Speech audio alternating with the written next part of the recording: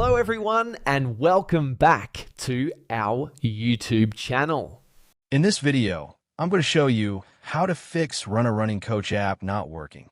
First, to resolve this issue, we will first head over to our device settings. From here, scroll down and tap on General.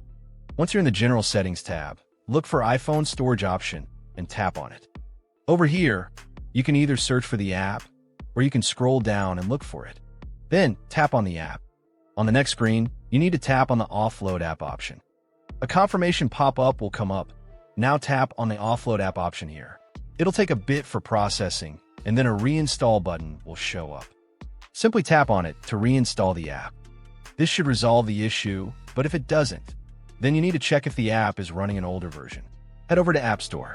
From here, double tap on this search icon in the bottom right corner, and then search for the app. Once the app comes up in the search result, and if you see this update button right next to the app, simply tap on it to make sure you're running the latest version of the app. However, if you continue to encounter this issue, then you will need to completely reinstall the app, which usually resolves the problem. Head over to this screen the way we did before, and over here, tap on the Delete App option here to uninstall the app from your device. A confirmation pop-up will come up. Now tap on the Delete option here. Once uninstalled, open up App Store and search for the app in the search bar. After the app comes up in the search result, simply click on this cloud icon to install it back onto your device. Hopefully, this resolves the issue. If it does, consider sending a super thanks to support our channel.